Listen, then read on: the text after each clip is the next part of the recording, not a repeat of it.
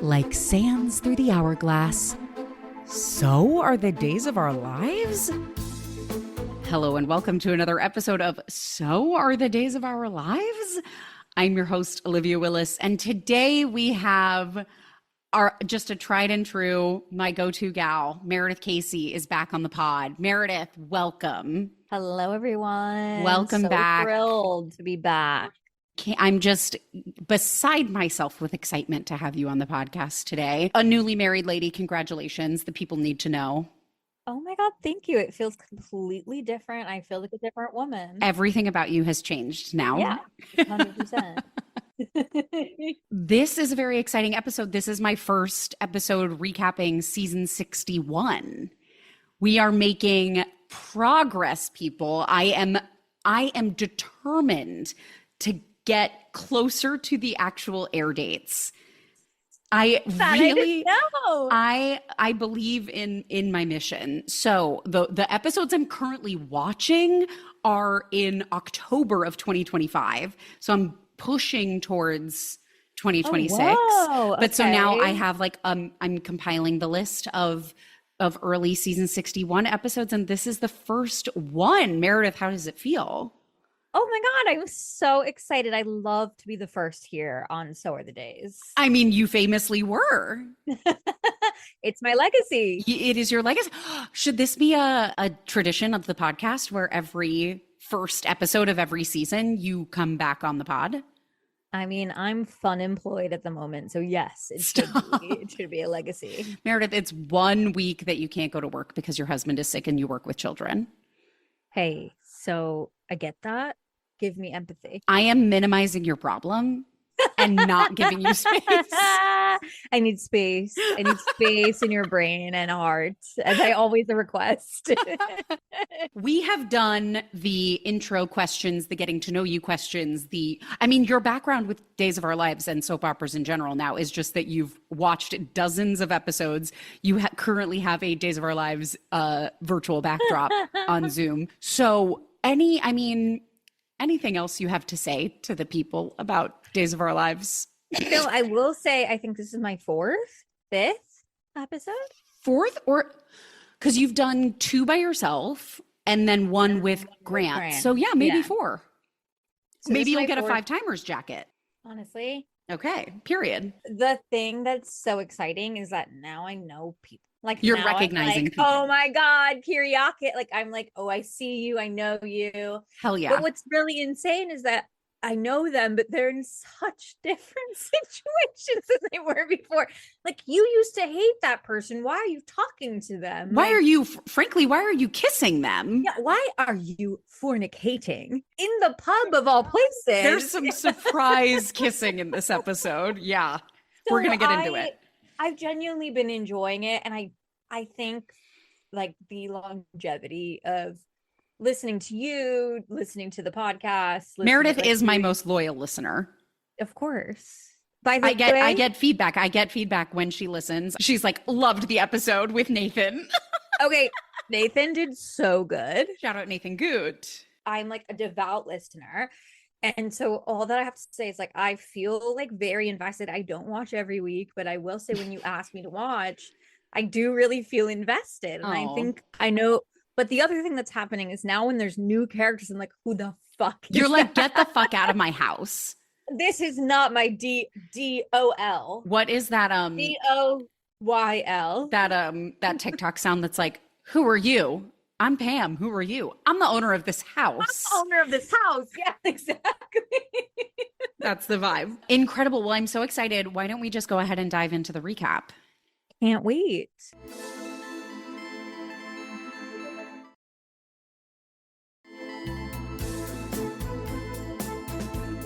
Today we are talking about season 61, episode 2, which aired Tuesday, August 26th, 2025. This episode begins at the AI-generated condo, one of my favorite exterior shots. This is Marlena's house, where Marlena and a bunch of her adult children live together. I'm how many bedrooms is this condo? I guess Belle is living there now. Brady lives there. Marlena lives there. Sometimes Brady's daughter Rachel lives there. I need a floor plan of this house. At least 4 bedrooms. Yeah, absolutely. In a condo? In a condo in this economy. So we are in Belle's bedroom at the beginning of this episode. Belle is sitting in the dark in a silk robe with perfectly backcombed hair. Did you notice how much volume she had? Oh, I wish I woke up with that kind of volume. It was incredible. But besides her perfectly backcombed hair, she is clearly unwell. Like, Yes. the hair is the best thing she has going for her. The robe, the vibes. Mostly just the staring off into the dark. That's how you know someone is unwell. Someone is fighting demons. Interior turmoil. Yes. Interior Belle's bedroom. Interior turmoil. depression. Title of ep.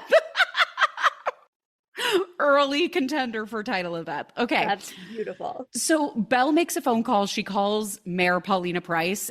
Paulina is perusing books at this like adult outdoor book fair we've never seen before in the town square. But in the background, it's a farmer's market. Yes. In the background, there's tomatoes being sold. So I'm very confused about why there are books in the front, tomatoes in the back. What town square? I'm confused. Yeah, we now have like a new infrastructure for like selling wares in Salem that I wasn't made aware of. And the tomato plant that's obviously somewhere in Salem or within its outskirts. Yes, which tomato farmers are raking it in at the at the town square market that happens on a weekday. Like, this is a weekday. I don't get it. Isn't she the mayor? She's famously the mayor. How does she have time to peruse? She has to support the small businesses of her city. That's true. Very Leslie Knope of her. Very Leslie Knope of her. Frankly, very Zoran of her, if I may go there. And that's my mayor. I love that when Belle calls Paulina, they greet one another with their full professional titles. Like, they're on the phone and they're like, DA Black. And she's like, hello, Mayor Price. And I'm like, thank you. I'm going to do that to you from here on out. Yes. BFA Olivia Willis. Actor, podcaster, media accessibility maven, Olivia Willis. I'm saying that forever. I'm gonna change your name in my phone. So Belle's calling Paulina to ask to reschedule a meeting so that she can take a personal day. And Paulina has no problem with that because Paulina's like, oh yeah, after the trial and Kristen DiMera getting arrested, you need to get your life back to normal, which I love, just like a compassionate drag. A compassionate drag is honestly the best kind. Yes, absolutely. So context for this, Belle is famously the DA of Salem, district attorney, if you will. Yeah, she was just prosecuting this case where EJ DiMera got shot and his son Johnny was accused of shooting him. Belle had a severe conflict of interest, both because Johnny is her nephew and EJ was her boyfriend. But they were like, we are going to, well, actually, Belle tried to recuse herself, but EJ was like, no, I want like the best of the best on this case. Because EJ was also representing Johnny. How recusation works. I think you can recuse yourself without. No, clearly not. Like, it's conflict of interest. Like, you can recuse yourself. And not in Salem, babe. So long story short, Belle stays on the case. EJ ends up like doing the craziest shit throughout this entire case, including but not limited to revealing, like, his big like gotcha moment in court was him being like, don't you have a conflict of interest because you are the accused's aunt and we have a sexual relationship? Like, he outed the fact that they were fucking in court to like undermine her. It was really bad. And he also like showed a video in court. There was like quote unquote surveillance from the house the night of the shooting.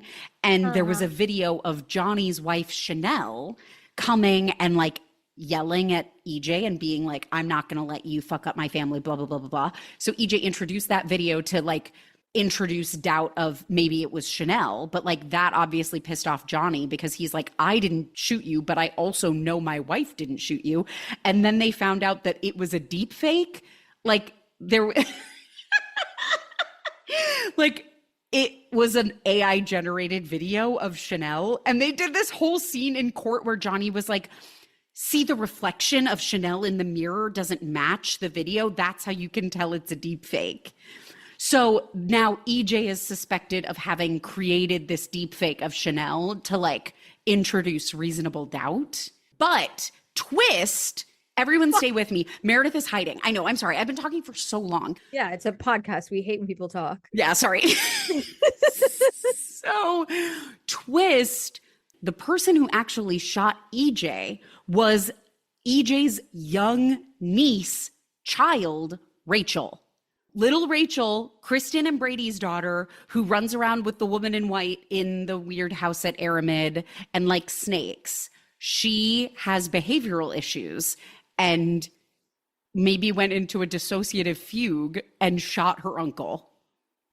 But like Rachel doesn't remember it, or at least we don't at this point think Rachel remembers it.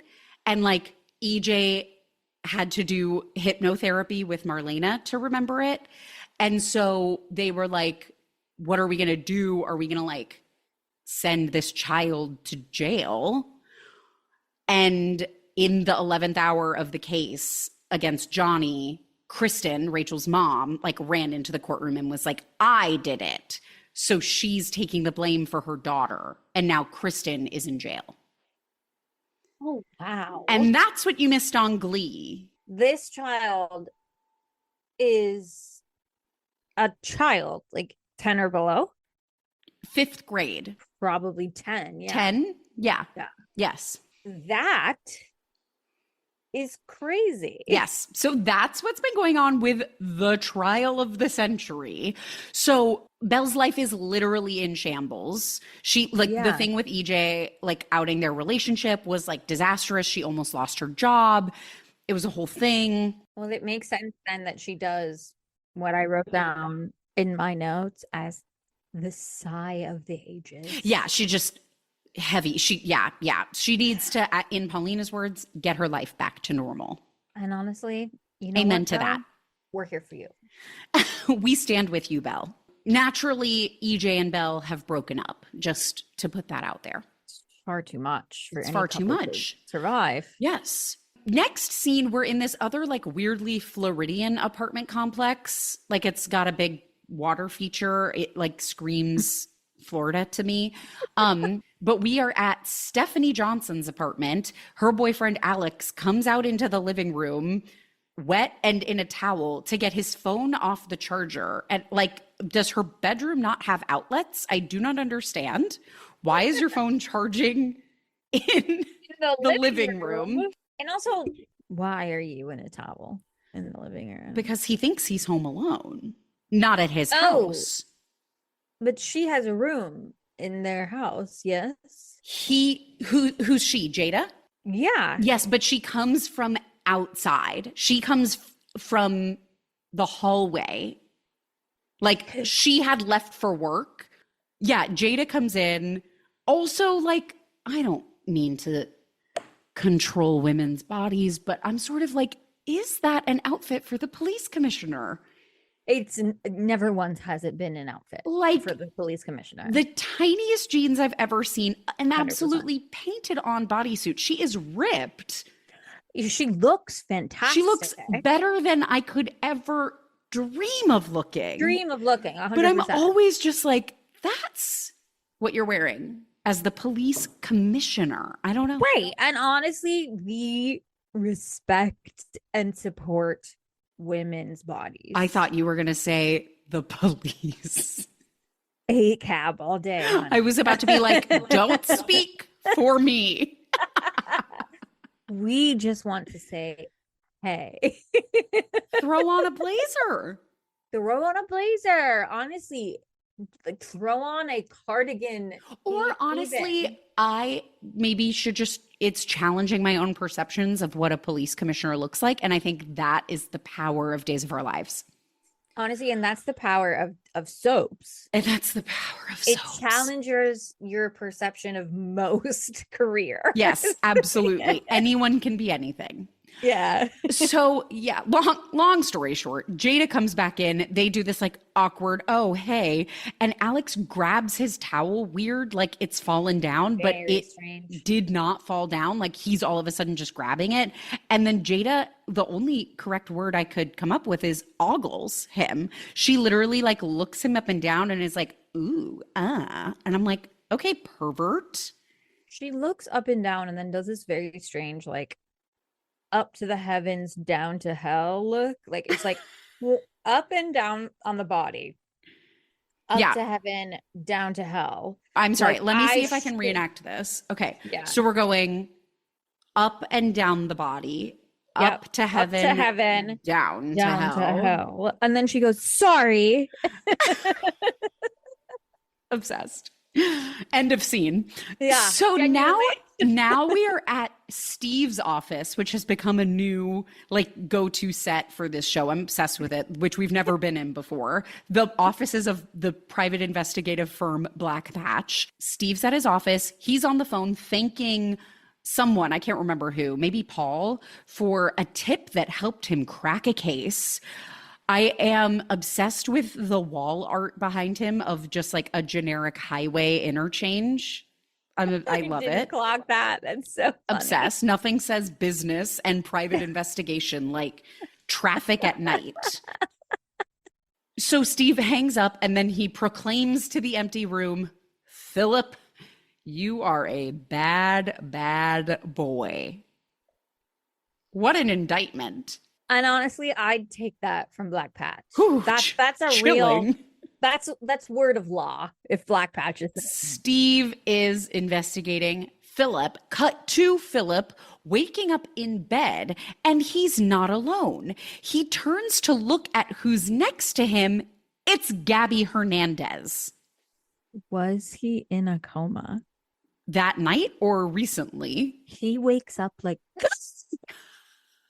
and I went, my note is literally like, in a coma wake up. Like it was like, I have no idea where I am. I've been asleep for ages. Yeah, it was that vibe. Yeah. And then he turned to who we know as Gabby. Yes.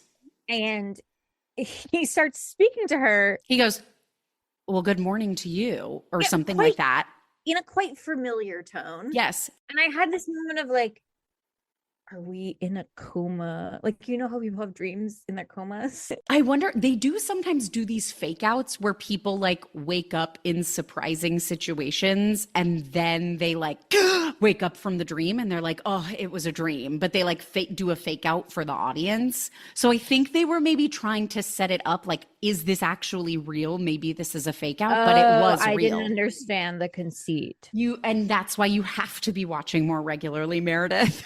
I just was like, it was like such a tight yes up, yeah, and then such an intense like pop of the eyes, kapow, intake of breath, yeah, that I was like, this man just woke up from a many months he's been asleep for years. No. And then he looked over at the woman naked next to him both and went, oh hi. And then yeah, Gabby's leaning on the pillow sexy and she's like flirtily says good morning.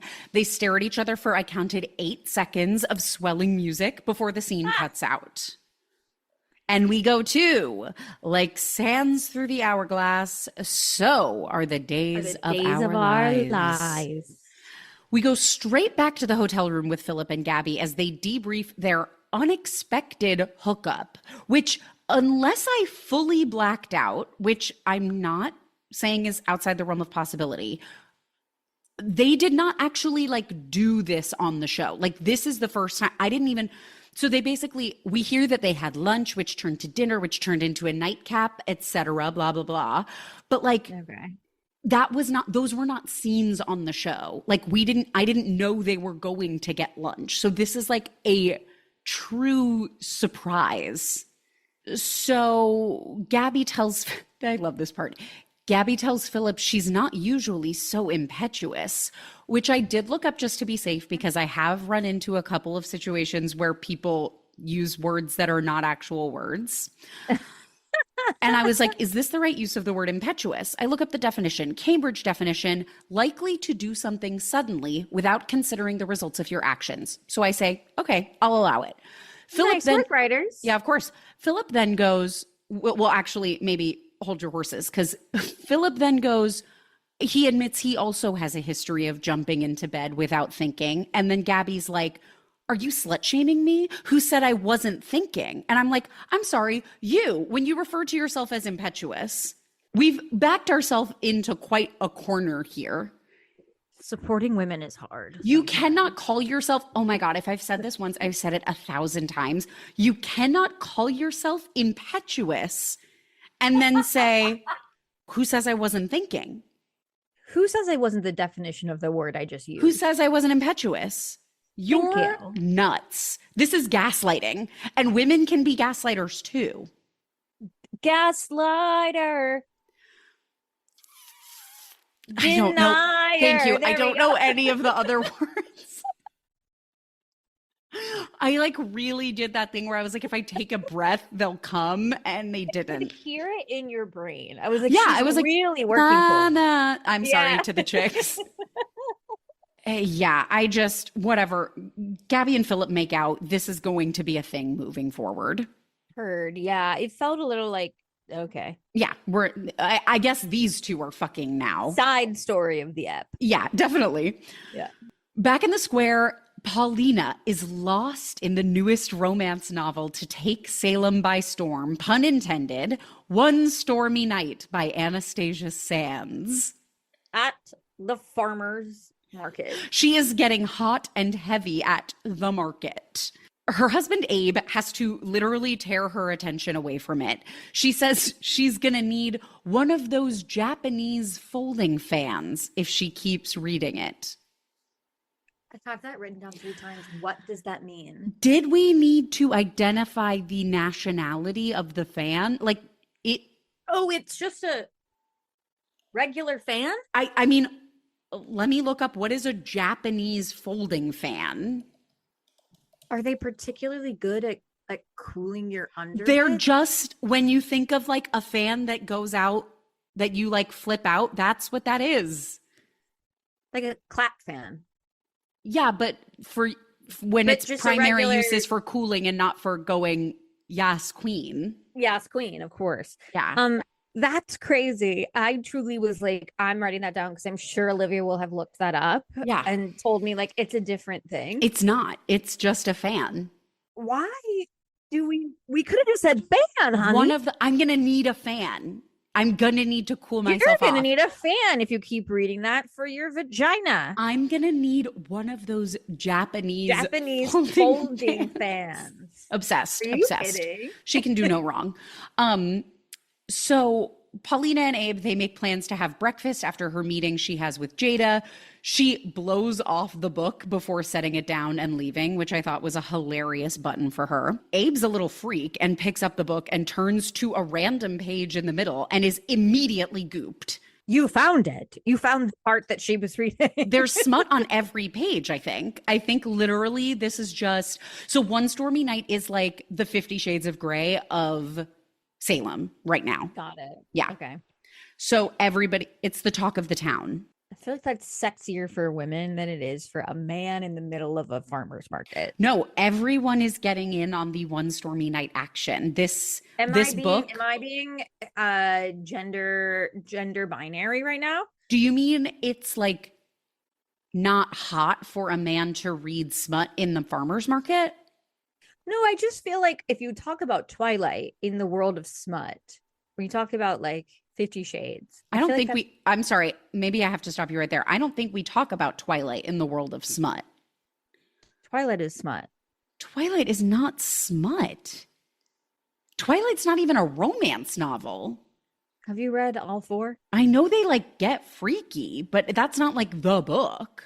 Like 50 Shades of Grey is smut. Twilight I will die on this hill. I've read all 4 books. Twilight is smut. Okay, it's fine. not for teenagers though. Yes. And like 50 Shades of Grey is like just genuinely smut. But that's what this is. I feel like it's women's smut. So the thing that I was surprised about was he was like, Wow. No, I think you are limiting your belief in what men can find sexy. I'm living in the binary and I need to live on the I spectrum. need you to break that Yeah, 100%. today I got to work here on it. with me on the podcast. Who are the days of our life? Yeah, so I just love he opens to a random page and is like, oh. It was so immediate. Yes. And I was like, I've opened a lot of smut books in a lot of bookstores. And you have to Never turn. once have I immediately pussy twinged. Yeah. Never Whoa. once. Yeah. Now back at the apartment with Jada and Alex, Alex is now closing his towel, which had not previously opened. Like if it's open, he opened it. Oh, I didn't notice. I that. cannot. So He's funny. like closing the towel. And then he's like, I'm so sorry. I thought you were at work. And she's like, oh yeah, I forgot some files. She pulls out these 2 random file folders from a drawer in her living room. And I'm like, what is the storage situation in this apartment? This is untenable. She found that file fast. She was like, I know exactly the random drawer in the living room. I put these 2 active police files in. They shouldn't be at your house. Jake Peralta got in big trouble for that on season 5 of Brooklyn Nine-Nine. And we all know that. And we definitely don't have we all have an encyclopedic. I would never have thought to use that word. I'm obsessed. Is that right? I think. An encyclopedic knowledge of Brooklyn Nine-Nine. So Alex asks Jada if she's seen Stephanie. He's so confused. She was gone when he woke up, but Jada hasn't seen her. Where could she be? Stephanie is at the offices of Titan DiMera with Xander Kyriakis, Scottish king. She's astutely recommending a 2-pronged approach to Xander about his problem facing Titan DiMera. I love a 2-pronged approach. We always need a 2-pronged approach. It's not a 3. No. Oh my God. That would be unnecessary. Absolutely don't need the 3rd. Now, the first prong of the approach would be to prevent the truth about Philip's fraud from coming out. I think that's a totally understandable first prong. I mean, I feel like that's a really good baseline prong. Yes. Now, Xander asks about the second prong, and Stephanie casually delivers an insane line of dialogue that I will read to you verbatim. She goes, well, obviously Philip's malfeasance risks undercutting the takeover because he was never a legitimate co-CEO to begin with, right? But since it's too late to put that genie back in the bottle, there's something you can do to salvage the deal. It's quite simply the best writing on TV. First of all, the audacity to start that line with, well, obviously. And then you go into malfeasance. You're nuts. She's basically doing what the actors on the pit do. Yes, with medical jargon. Yes. And she's executing it flawlessly. To perfection. Just casually. The way she throws that away. 100%. And she's like, oh, well, he was never a legitimate co-CEO to begin with, right? No, she has, Dead. Like, she should win an award. Yeah. She should win a Soapy. She needs to win a Daytime Emmy Award. Thank you so much for the correction. 100%. Of course. Thank you. Calling in. I loved, so she's saying that there's something Xander can do to like protect this deal because they've done this big merger of Titan and DiMera. Xander asks, what can he do? Pray tell. Excellent use of pray tell. The pray tell of it all. Again, just a casual pray tell. Bravo, pray tell. Bravo. Pray tell, brava. So Stephanie suggests that Xander draw up legal papers officially naming Philip as co-CEO of Titan DiMera. She goes, doesn't have to be the Magna Carta or whatever, just something that's going to put this issue to rest once and for all. It won't be the Magna Carta. I can guarantee you that. Not going to get into as much detail as the trial, but Philip basically came back to Salem months ago being like, I have this letter that's like an addendum to Victor Kyriakis's will that he wanted me to be co-CEO of Titan with my brother Xander. It was a will situation. Yes. Yeah. But that letter was a fraud. He never actually had a rightful claim. It was completely fabricated. And so now it is like it's coming out that this was a fraud. So then the other wrinkle of this is that like Xander was so mad that Philip lied about the letter that he like almost beat him to death, like physically. I'm sorry. So then Philip actually was in a coma, which is why I thought it was funny that you were asking about that. Oh, he's very alive. Yeah. No, this is weeks earlier. He was in a coma. And when he woke up from the coma, they were like, everyone was like, we know Xander did it. We know Xander beat you half to death. And Philip was like, it wasn't Xander. Is that why they did the close up on Philip? No. These are two super unrelated awakenings from a coma. It's been a long time. It's been many weeks since he was in the coma. Oh, so they weren't trying to be like, is he back in a coma? No, not at all. Yeah. Okay. This is actually just irony that you thought he was in a coma. On a soap opera. So yeah, Stephanie is making the suggestion that Victor's wishes be damned. Xander has the power to like officially make Philip co-CEO, which would do something to appease investors or something. I don't know business. Sure. So Xander says he hates the idea of rewarding his brother's chicanery with half the company, no strings attached. And I just can't deal with the fact that we've had malfeasance, chicanery, and the Magna Carta in one scene. Too many things in one scene. Now, back at the hotel with Philip, Gabby's getting dressed. They say they're going to do this again. And Gabby reminds him, it was a mere few years ago that you and I almost slept together, which I don't remember that happening. I think that may have been before my time, even though I would argue 5 years is more than a mere few years ago. But this is irrelevant, frankly. It's a very strange thing to bring up. A mere few years ago, we almost slept together, but didn't, right? Then they're like, oh yeah, it wouldn't have worked then. The timing would have been bad. But now it all makes sense because we discovered our shared passion for the Great British Bake Off. It's in my notes. Nobody who has a good sex life likes the Great British Bake Off. That's okay. No, you can't say that on my podcast. I will not stand for that. My ex and I didn't have a good sex life and we liked the Great British Bake Off. Okay, so I would say you are speaking from your lived experience, and that's powerful, and I do hold space for Just that. Towards the end, we were only watching GBB and not having sex. That's tough, and I hate to hear that. And I will say my husband and I have never watched GBB. And you guys are doing it all the time. So I just think, I believe people can have healthy sex lives and like Great British Bake Off. I do believe that. And I'm going to stand bravely in my truth and say that.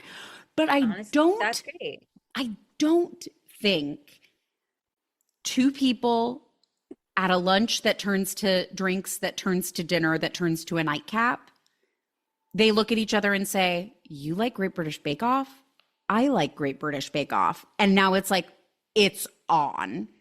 Great British Bake Off is for committed relationships. That's what I'm saying. There we go. We got there. We were on different paths, but we got to the same conclusion. 100%. And that's on Unity.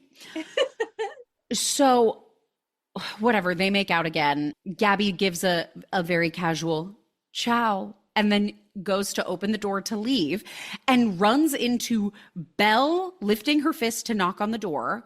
She is wearing the most ridiculous shirt I've ever seen in my life. She is wearing the bluest thing I've ever seen. Cobalt blue sweater, and it or like a blouse, not a sweater, but it has this like asymmetrical ruffled collar that the ruffle goes all the way down the buttons in the front. It's like, and she's wearing an updo, like she's wearing her hair in a French twist. She looks like she is going to a Halloween party as Hamilton.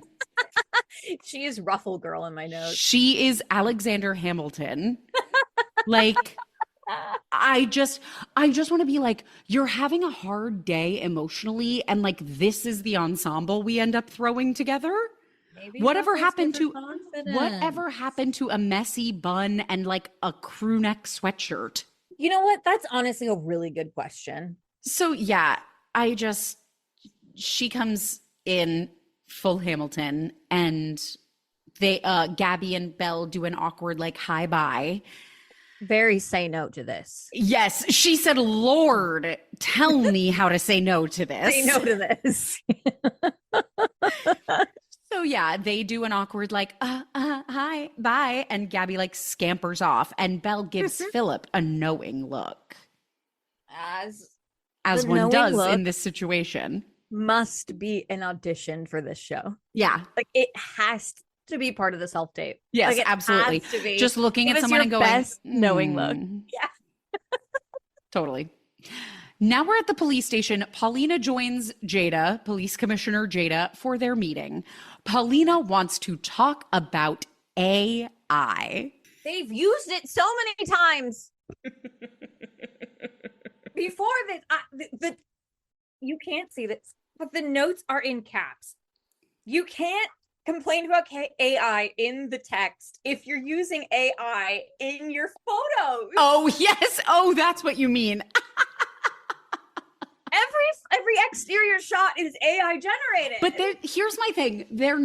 Paulina's not saying, I don't believe in AI, we shouldn't use AI. Paulina is saying we need to educate ourselves on AI. She's basically doing what Reese Witherspoon just did on Instagram and saying we need to educate ourselves. Paulina is here because of that deep fake video of her daughter that was used as evidence in Johnny's attempted murder trial to try to like pin the crime on Chanel. So basically, the Salem PD's forensics department authenticated the video, like checked out the video and said, this is legit. But they found out later that it was a deep fake. So Paulina thinks someone in the department got paid off by EJ to like authenticate the video, even though it was AI. And Jada's like, I already thought of that. So I checked the bank accounts of everyone who works in that department, and there were no suspicious payments. And I'm like, I mean, I guess it makes sense, but can you just do that? That's crazy. You shouldn't have that power. She's the police commissioner. She can do anything. I guess, I mean, but do commissioners have access to their employees' bank accounts? Apparently, police commissioners across the nation, sound off in the comments. Sound off in the comments. Let me know if you've ever accessed the financial records of every single one of your forensics department employees. So forensics claims it was truly just an honest mistake. The department just can't keep up with AI. And Paulina is beside herself and furrows her brow shockingly deeply. She kind of like really deeply furrows her brow and is also like looking up, like with her chin tipped. It's unsettling to say the least. But it's gorgeous. Oh, it's gorgeous work, but it shows how angry she is.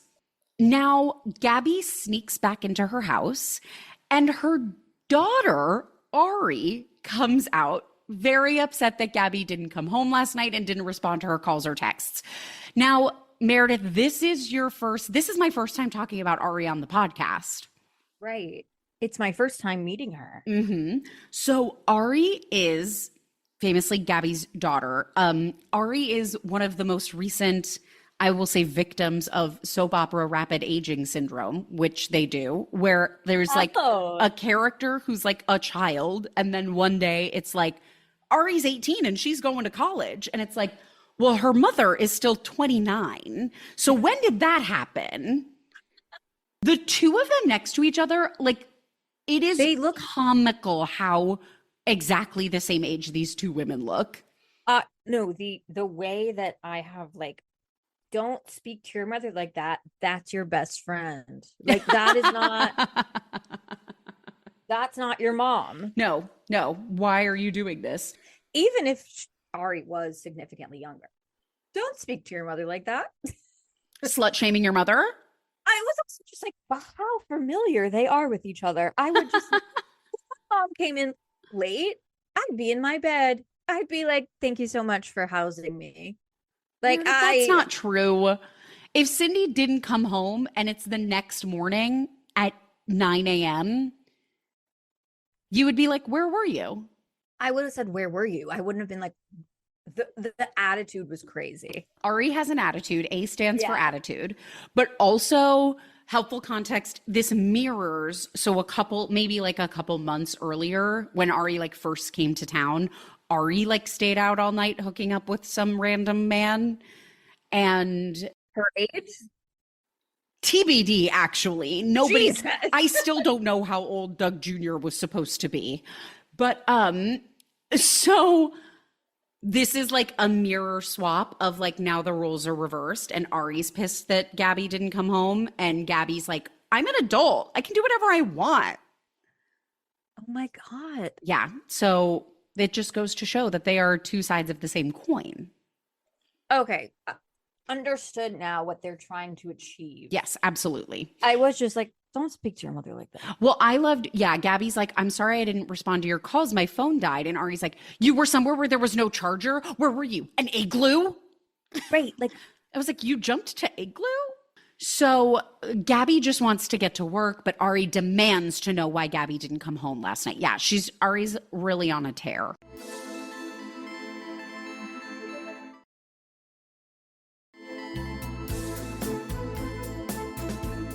Back with Philip and Belle, Philip thinks Belle wants all the goss on him and Gabby, but she's like, you don't need to draw me a diagram. I can tell what happened here. Belle just came by to tell Philip she knows who's pressing their nose against the glass of Titan DiMera, and they're getting very close to learning Philip's secret. Cliffhanger. I wrote what ... secret ? This was the fraudulent letter. Got it. And now you know. Yeah. Yep. Now, fraudulent letter. Malfeasance, put it in the notes. Now, back at the Black Patch office, Steve texts Stephanie, who is his daughter. Stephanie, I need to see you right away. Can you come to my office ASAP? Thanks. An incredible dad text. And also, I've never seen them do text on screen. You've never seen them do text on screen? This is one of my favorite things they do. Totally new thing for me. This is their go-to font and graphic for on-screen text. But I got to tell you that, as you said, perfect dad text. Perfect dad. Ending it with thanks is iconic. Also, that's the end of the scene. Yep. He just sends that text. At Stephanie's meeting with Xander, Stephanie's trying to convince Xander that, she's no Warren Buffett, but she knows that investors tend to get the willies when there's internal conflict at the company. So officially making Philip co-CEO could smooth things over. Xander's still not budging.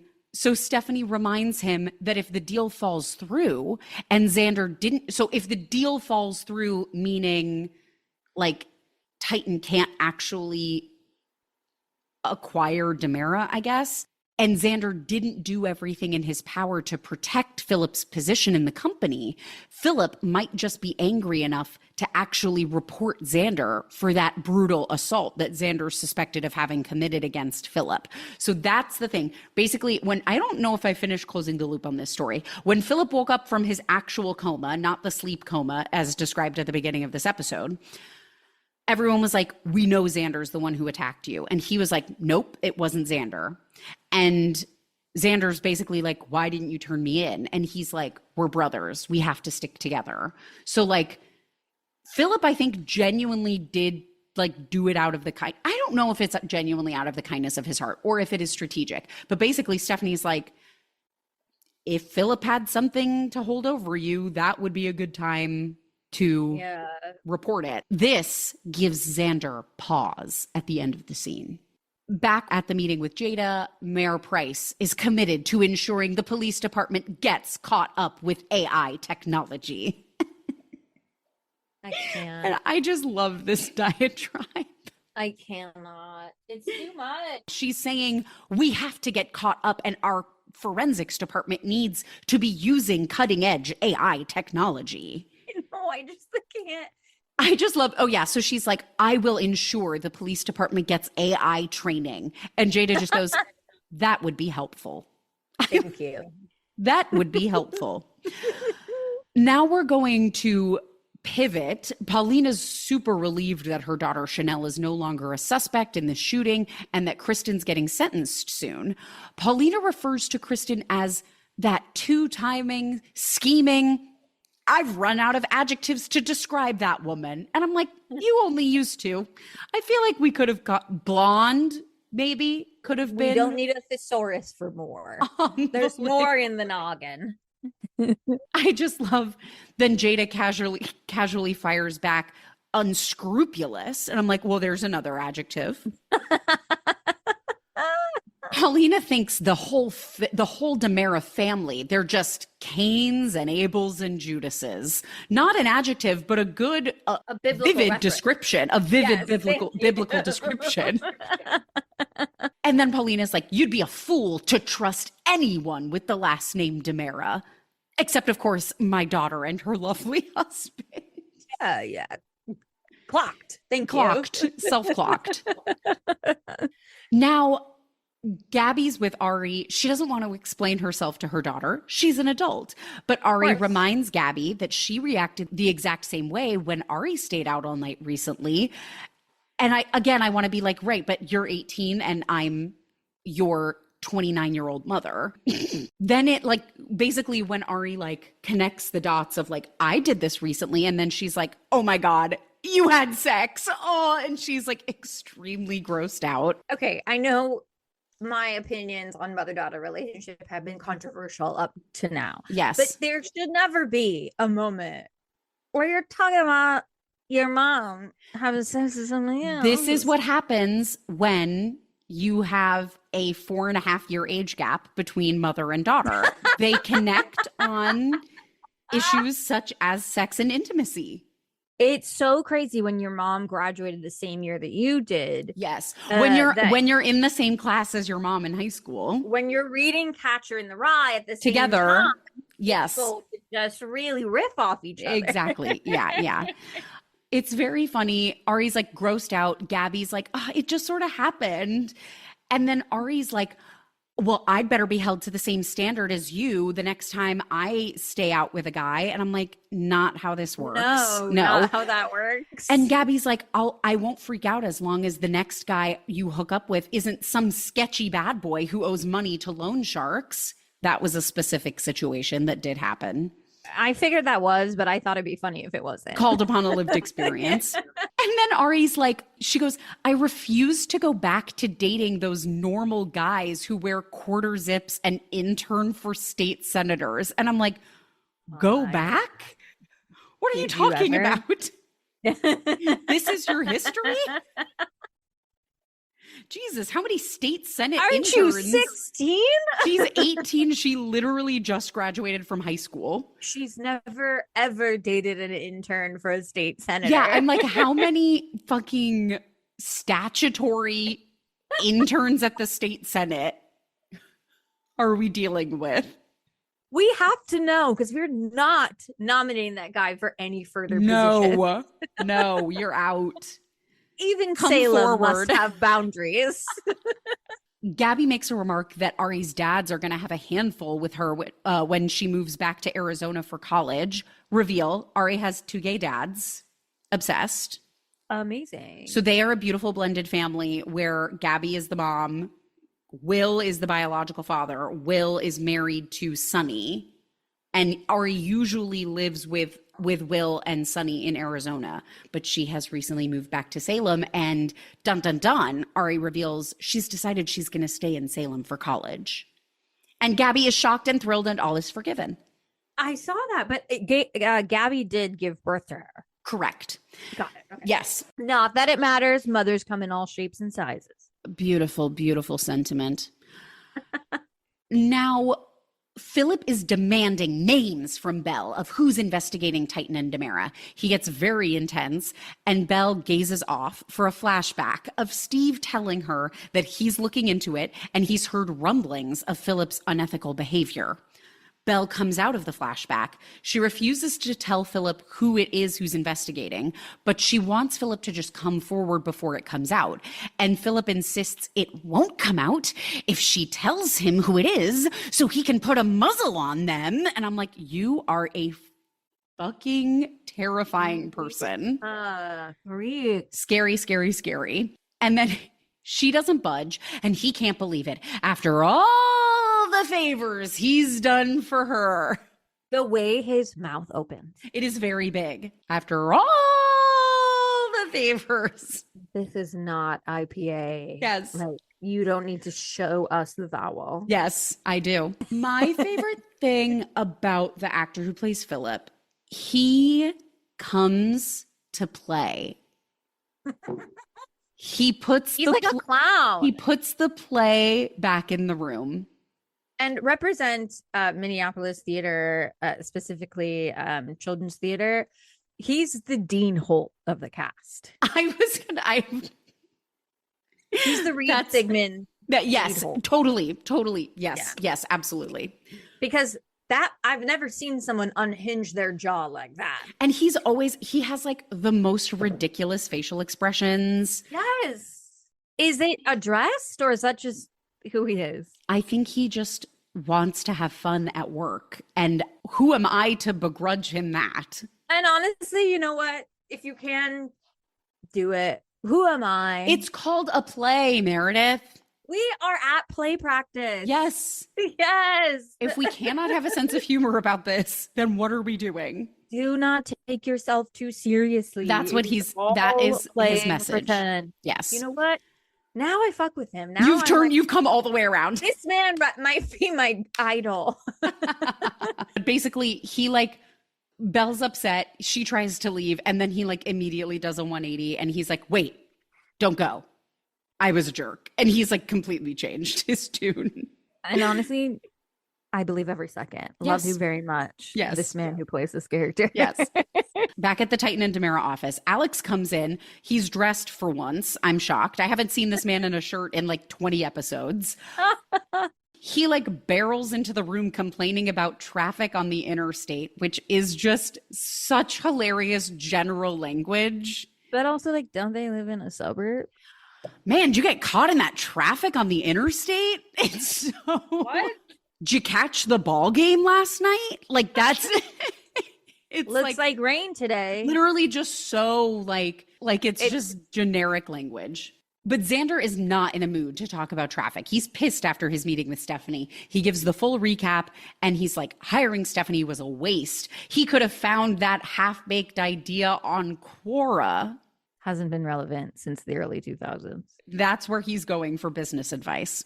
Alex gets very heated defending Stephanie. He like is about to, he's like, and if you don't respect her, I'm gonna, and Xander does a very sinister, like, what will you do, Alex?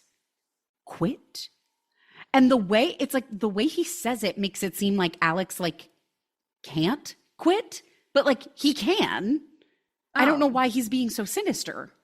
Oh, I did get the feeling that he couldn't. He just, like there was some sort of blackmail. No, there's no blackmail. He just won't quit because it's a good job.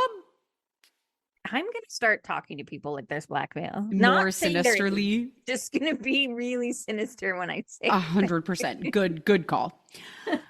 Now, Stephanie meets Steve at his office, and Steve reveals that he knows Philip has no legitimate claim to his inheritance or to his role as co-CEO at Titan DiMera.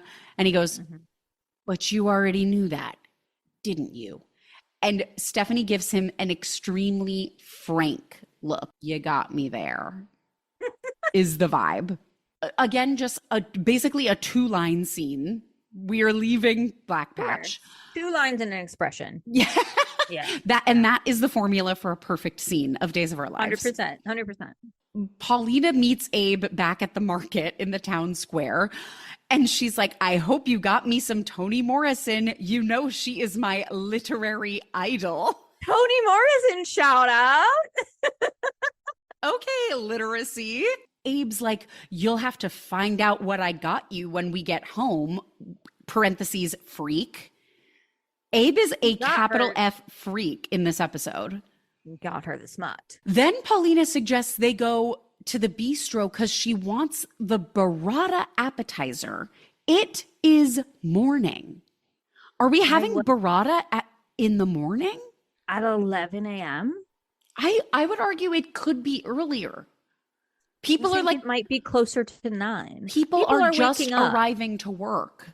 Yeah, no, it's probably closer to 9. I don't think I want burrata cheese plus whatever is in that burrata appetizer. The appetizer. And frankly, we got no other details about the burrata appetizer. So it could be like we can a assume. breakfast appetizer featuring burrata. It could be a whole omelet with burrata in it.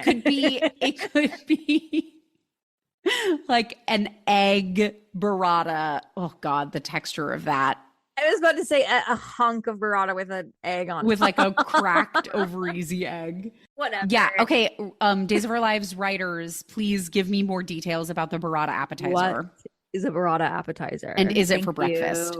Thank you. Abe's phone rings. It's his son, Theo. He answers. Theo is clearly upset. Dun, dun, dun. Cliffhanger. Dun, dun, dun.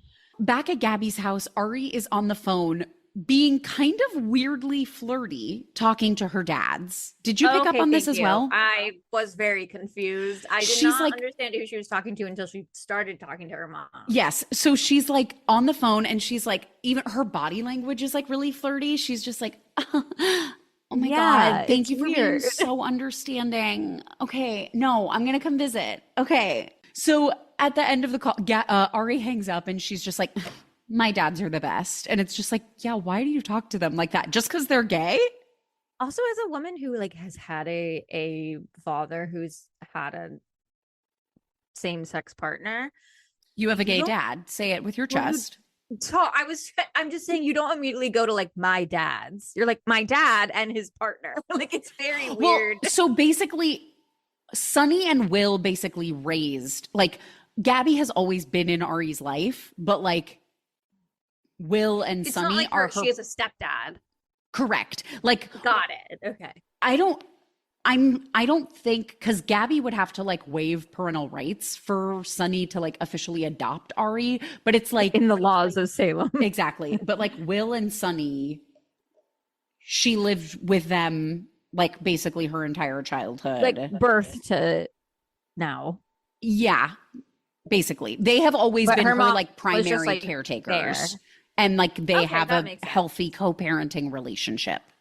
Okay, dads makes more sense now because I was like, you know, like just to randomly be like, I have 2 dads and 1 mother. You're like, I don't know my dad's boyfriend.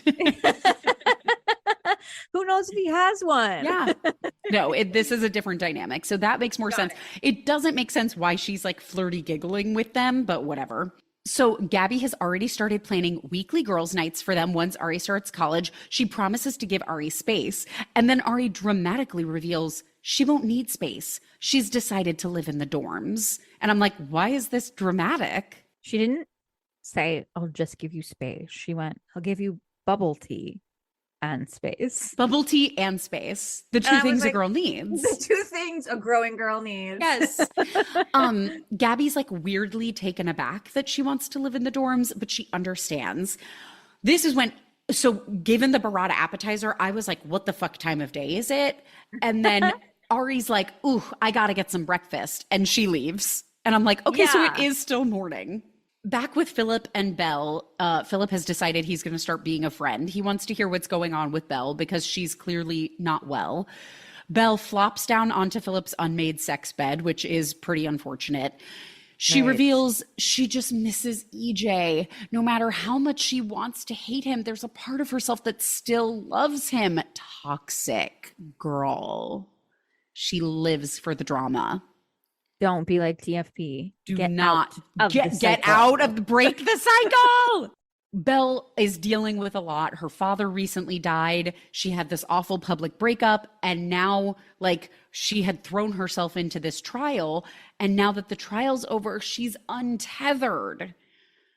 And with extremely loud piano underscoring, Philip gives her a pep talk that hashtag it gets better. And they hug. The underscoring for this episode was like particularly strangely placed. Yes, it was present. Mid-episode. Yes. Or like mid-scene, not beginning. And also, Philip sits down on the bed like he's never sat down on anything before. And I just want to say, cheers to the clown. I think it's like he's making a choice of like, He bends We're his entering knees. new territory. He bends his knees, puts his hands on his knees, sticks his butt out, and falls backward. I wonder, so actually a weird character thing about Philip, Does he have broken knees? Am I being an asshole? he has a prosthetic leg. But I need to specify, not the actor who plays Philip. Philip, the character, part of his lore is that he has a prosthetic leg. It was a character choice. So I think it was a character choice. That's so Every funny. judgment I have about this character, like, I know, I just shoot them down. So back with Steve and Stephanie, Steve's explaining how he found out about Philip's forged inheritance letter. And it really is a shocking ride, this discovery. The notes I have on it are just question marks. Yeah. So I had to go back and turn the captions on. I was not following. Steve had the ISA analyze the letter supposedly from Victor, but handwriting analysis didn't raise any red flags. However, so basically they did handwriting analysis, the ISA was like, it seems legit. But then when the lab used gas chromatography to study the ink formulation on the letter, they learned that the ink used to write that letter wasn't commercially available until January of last year, which was well after Victor Kiriakis died. So they used a fucking cutting edge, new ass pen to write this letter. And the ink, I actually only use the best of the best when it comes to the newest in pen technology. Like, is Bic changing the ink formulation every time they create a new pen? No, Bic is on the precipice of American technology. We are underestimating Bic. I'm also just like, this is what the ISA is up to. They're like, okay, handwriting analysis didn't raise any red flags. Run the gas chromatography for me. Check when that ink is from. And you know what's crazy is I know they have bigger jobs. If you've been to Salem, you know they have bigger jobs. And we're not. and Epstein went unchecked. But the pen, we can figure it out. We're tracking the ink. So that's how a letter to criminals, check when your pen was manufactured before you forge a letter. 100. And honestly, if you take anything from this podcast, let it be that. So this was maybe inappropriate of me. I wrote, Steve does a weird I showed you mine, now you show me yours with Stephanie. Like, he's like, I told you what I know. Now you tell me how you found out about Philip. And Stephanie is not interested in sharing that information. It's going to be a cliffhanger. Sure. Now back with Xander and Alex, we move on from the weird man, you can't quit this job tension. Alex isn't going to quit, but he does want Xander to put some respect on Stephanie's name. And then Alex is like, by the way, when are you starting those anger management sessions? And Xander just goes, soon. Yeah. I'm not happy. We're not loving the way you responded to that. I'm not loving the response. Yeah. Again, perfect 2 lines and a growl. Perfect scene of television. 2 lines and an expression. Yes. Back at Steve's office, I guess Stephanie, in the interim, in the commercial break between these 2 scenes, Stephanie did tell him everything she knows about the Philip scenario, because he goes, wow, a lot of people know about this. Stephanie reminds her dad what's at stake if this secret gets out. So she's asking him to keep the lid on it. She's like, you don't care if the DiMeras get their company back, and they're the only ones getting hurt in this situation. So just like keep it to yourself. She also calls him Papa. Yes. She calls him Papa. Just want to flag that. I have talked about that before. It is the thing I hate the most about this character is that she calls her father Papa. As a 30-year-old woman. That there are multiple men that I nanny for who want their children to call them Papa. What? No, it's like a new thing. And I have told them more than once that P's come slower than D's in the world of like speech. Language development. They don't care. No, they said, I want to be Papa. They don't want Dada. They want Papa. Do you think it's like because Daddy is like sexualized now? Maybe, so they're but like, let's I do think Papa? Papa feels Gilead to me. Papa feels fucking Dickensian. That's what I mean. I'm like, oh, you don't want your daughters to like have Like, body autonomy. Yes, when I That's think of calling someone Papa, I'm like, Papa, no. Like that is the only. Papa, can you hear me? That's what it's Yentl. It is Yentl. Steve is not, he's hesitant about like keeping this secret. Steph hits him with the, please, Papa. That's when she really drops in. Five-o. So he can tell that it's really important to Stephanie because she said, please, Papa. So Steve agrees to let it go. His client be damned. It's like he was hired to investigate this. And he's like, never mind. My daughter asked me nicely. But he adds, a secret like this is bound to come out. You might want to prepare your boyfriend for the inevitable. And for some reason, the use of your boyfriend there felt so weird to me. It felt kind of weirdly sinister. Yeah. Your boyfriend. Your disposable person. Prepare your boyfriend for the inevitable. Potential title of that. So back in the square, Abe ends the call with his son. Theo's just having a hard time with his breakup. Paulina just wishes she could give him a big hug. And they're like, too bad Theo lives in Johannesburg. But I feel like they keep sending their children off to South Africa. Yes. The farthest of places. Like, yes. Just send them to New York. My God. No, they have to be in Johannesburg. I love this. Paulina and Abe resolve to visit all their children more often because time is precious. And then Jackie Harry iconically wanders through this line. She goes, and we should make it a point to spend as much time with our family as much as we possibly can. Queened her way through it is what you mean. Loved that. Absolutely a royal walk through that line. Yeah, perfect. Now Xander is walking through town with his obviously empty stroller. We're supposed to believe his daughter Victoria is in there. As a nanny, I cannot abide. I simply could not abide with the stroller. Just all this talking to the stroller. But also, you would never push a stroller that fast. He looks like he's having a psychotic break and he's just like got an empty stroller weaving through town talking to it. I'm worried. Yes. And so he's like talking about how he's chuffed to bits to get to spend quality time with his daughter.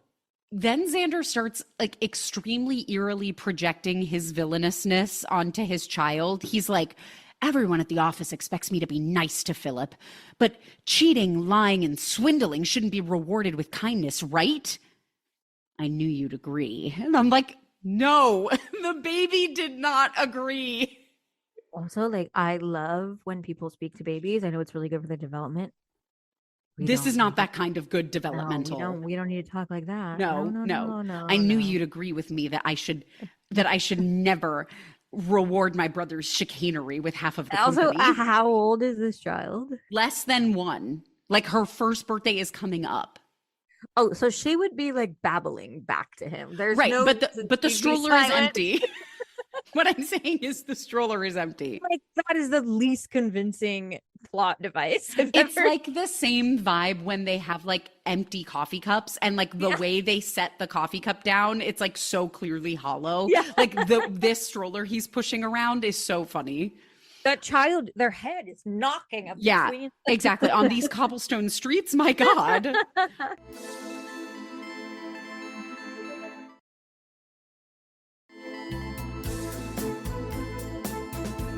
Meanwhile, Philip wants to know how Belle is going to spend this day off. He's like trying to cheer her up, and she wants to get back in bed, drown her sorrows in ice cream, but Philip's not having it. And I'm like, Philip, let her do what she wants to do. Yeah, why does it bother you?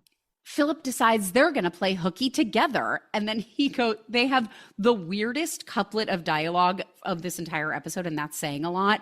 Belle's like, Yeah, let's embrace the chill vibes. And then Philip goes, you got it, darling. And No. I was just like, what are either of you talking about? I have to believe that was improvised. Can I tell you something that I love? What? When they end a scene hugging and then they do a bunch of other scenes in between and then they start that scene with those two people Finishing the still hug. hugging. In my brain, I'm like, they've been hugging for 20 minutes. They have been hugging for so long. Yeah. So now Stephanie returns to her apartment to find Alex. He got stuck in traffic on the interstate going to the office and has now come back to his girlfriend's apartment to work from home for literally no reason. So now no one's in the office. She says something crazy.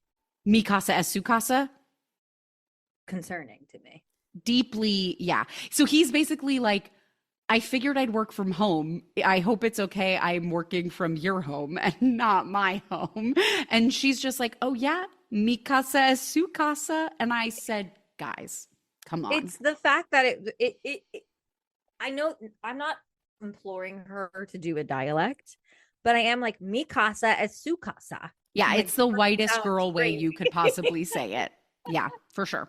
Alex is like, starts talking about this awkward show he put on for Jada this morning. And then she's like, how much of a show did you give? And he's like, it was PG-13. And she's like, I can live with that. And I'm like, the only show you gave her was your own doing. Like, you undid the towel. Also, like, I can live with that. I was like, there was nothing to live with. There was no, yeah. What are you talking? You guys are nuts. So then Alex tells Stephanie that he heard about her meeting with Xander. She assumes Xander isn't very happy with the advice that she gave him. And Alex thinks Xander will eventually see the wisdom of her plan. Beautifully put. But Stephanie reveals Xander may not have to worry because she knows who was looking into the Titan DiMera deal, and they've agreed to drop it. And Alex is stunned, but not into silence because he keeps weirdly improvising interested noises as the scene plays out. He's just like, uh-huh. And I'm like, shut up. We need 5 seconds of uninterrupted silence at the end of every scene. This is exposition and we need a Please. break. Our brains need a break. Please. Back at Gabby's house, Gabby has changed into a sensible cheetah print blouse and leather skirt combination to work from home naturally. Steve comes to Gabby's door. This is the reveal. It's not a reveal in the show, but it's the first time we're seeing in this episode. Gabby is the client that hired Steve to investigate the Titan DiMera acquisition, which certainly has implications for the fact that she's now fucking Philip because Philip is the one with the malfeasance in the deal. Okay, I tracked that correctly. I'm proud of myself. You should be very proud of yourself. So Gabby's excited that Steve is here. She thinks he has some dirt on Xander and Philip, but no, he's here to return her retainer because he can't work on this case. And Steve hands her the check and Gabby is gooped. And again, I'm just like, do all PIs work in check form? Like, is that still the common currency? That check is like double the size of regular It's check. extremely big and also like on card stock. Yeah. And also you would have thought he would have deposited that. But I think that's okay. So private investigators actually let me know in the comments if I'm getting this wrong. I think it's like you give a PI a retainer. So it's like a check that's like, and you cash this if you find out what I need you to find out. Oh, okay. But so then you're not, you don't get paid if you don't find anything? Like, what's the deal? That feels like a bad deal. But I'm not a PI, maybe. Now, back in the square, freaky little Abe cannot wait till they get home to show Paulina the book he bought for her. And he pulls out a copy of One Stormy Night. She is thrilled. And Abe's like, I may have to borrow it from you when you're done with it. And even better, Paulina suggests they read it in bed, side by side. I was just like, do you time the pages? Like, do you have 2 copies and you each read one? No, I think they're saying one copy. We Yeah, hold no, it I between know. us, and hopefully we And we read at the read same silently. pace. And then we reenact the book as Yeah. scenes approach. Freaks.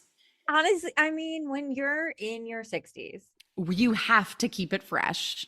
and we must Yes. celebrate sex in your 60s. You must. We must. And that's what Days of Our Lives is doing. This podcast is not ageist. No, never. Now, Philip's about to do some clown work that I think you probably hated the first time, but may love at this point. He's on his phone. He goes, my work schedule is clear.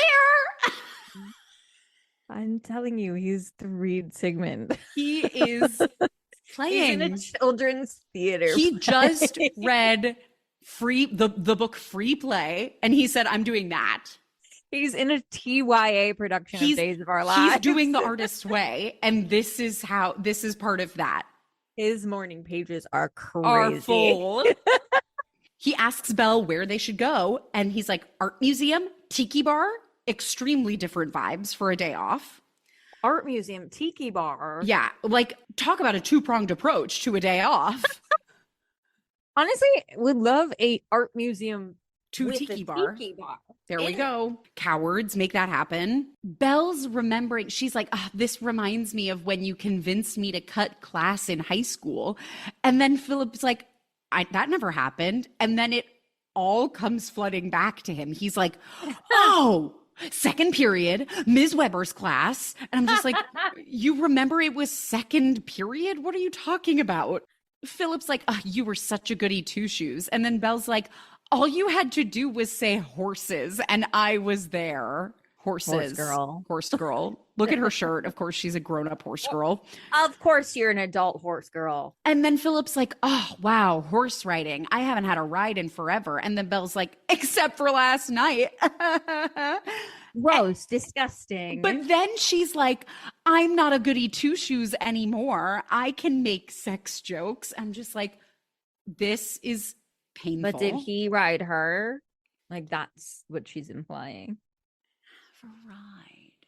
That's like not really how. Yeah, I guess logistically she is implying that Philip rode Gabby. Her. Yeah. Which you know what? No shame in the game if that's what happens. There's freaks all in and about this town is what we're learning. Salem is sex positive. Yes, correct. So they decide they're gonna go ride horses, and Philip like dramatically rolls across the bed to grab his phone before running after Belle. He had to leave on a high note.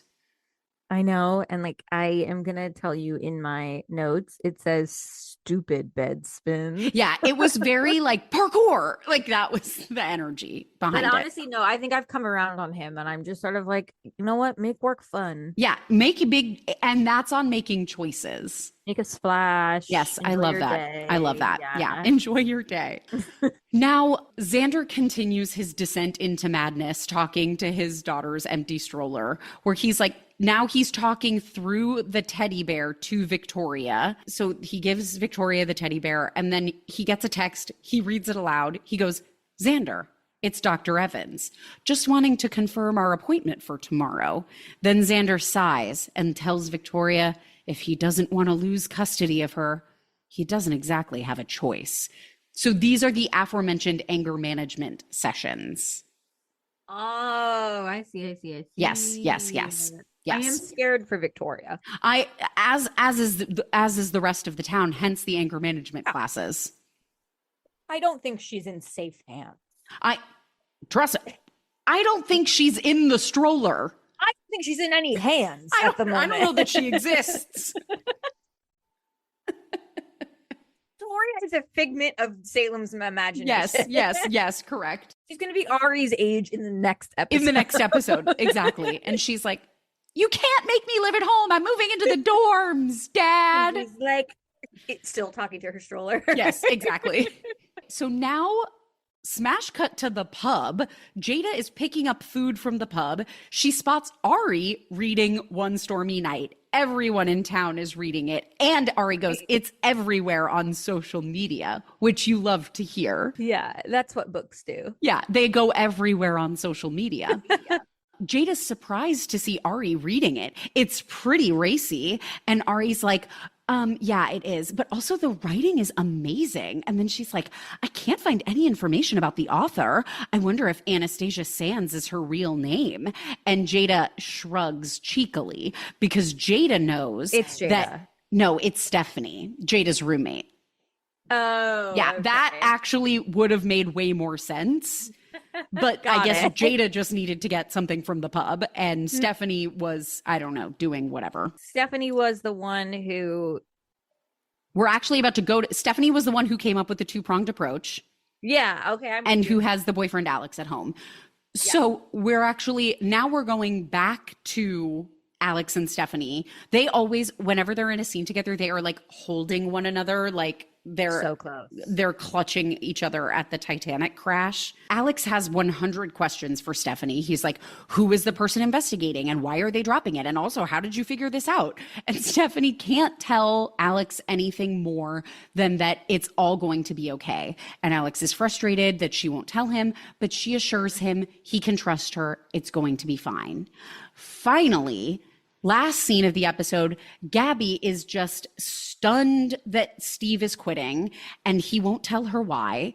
Steve gives her this cryptic advice to leave well enough alone, and he leaves. The underscoring builds as Gabby looks down at the check, and then she's weirdly swaying on her feet as she gazes off resolutely and declares, like hell I will. Dun, dun, dun. End of episode. Wow, we did it. Meredith. Key takeaways. What images are sticking with you from this episode? I just want to say a book fair / farmers market. We should be doing that more often. And you know what? I think probably we could find one in New York. I'm surprised there's one in the suburbs of Chicago. For sure. But hey, they're a very progressive town. A progressive town, and also a husband and wife who really get their freak on. They are about to get it on to the tune of One Stormy Night. So that image is sticking with me. That's what's front of mind. Totally fair. Absolutely fair. I'm loving the dichotomy of Xander was behind the desk and now Alex is behind the desk. No, you got them mixed up again. I'm so sorry. Alex used to be CEO. When you first started, Alex was CEO, and now the tables have turned. The boardroom tables have turned, and Xander is CEO. All right, let's get that clean. So I am loving the dichotomy that the first episode I ever watched, Xander was behind the desk. No, you said it wrong. What about Alex? Okay, all right, producer, let's get that clean. Yeah, editing team. The dichotomy is really fun that the first episode I ever watched, Alex was behind the desk. And now as like CEO, and now Xander is behind the desk as CEO, and like they are having a whole like relationship that I got to sort of understand the beginnings of. So it's fun to see it like come to fruition. You're seeing how power just changes hands at the blink of an eye in Salem. Honestly, I think the first episode you had me watch was like from 2024. Yeah, it was from a long time ago. So it's taken them 2 years, but power has changed. But power has shifted. Absolutely. Absolutely. I can't wait to get deeper into season 61 and see where this season takes us. I'm so honored to be your first episode of season 61. Absolutely. I wouldn't have it any other way. Folks, if you're listening, thanks for listening to this podcast. If you like the podcast, subscribe on whatever platform you listen to podcasts. Maybe leave me a little rating. Maybe leave me a little review. Just say something nice about the podcast. You can follow the podcast on Instagram at So Are the Days Podcast. You can also follow me on TikTok at Days of Our Live, where I talk about Days of Our Lives sometimes. I'm also just doing silly stuff on TikTok sometimes. Meredith, where would you like the people to find you if you would like the people to find you? I'm on Instagram at The Girl from Brave. At The Girl from Brave. Love to see it. Exactly how you think. Like Disney the words. Tried to take it and I said no. No. I'm on Instagram at The Girl from Brave. I'm on TikTok at Meredith Lou. Perfect. Everybody, we'll be back, I think, in 2 weeks with another amazing recap. So those were the Days of Our Lives. Bye-bye.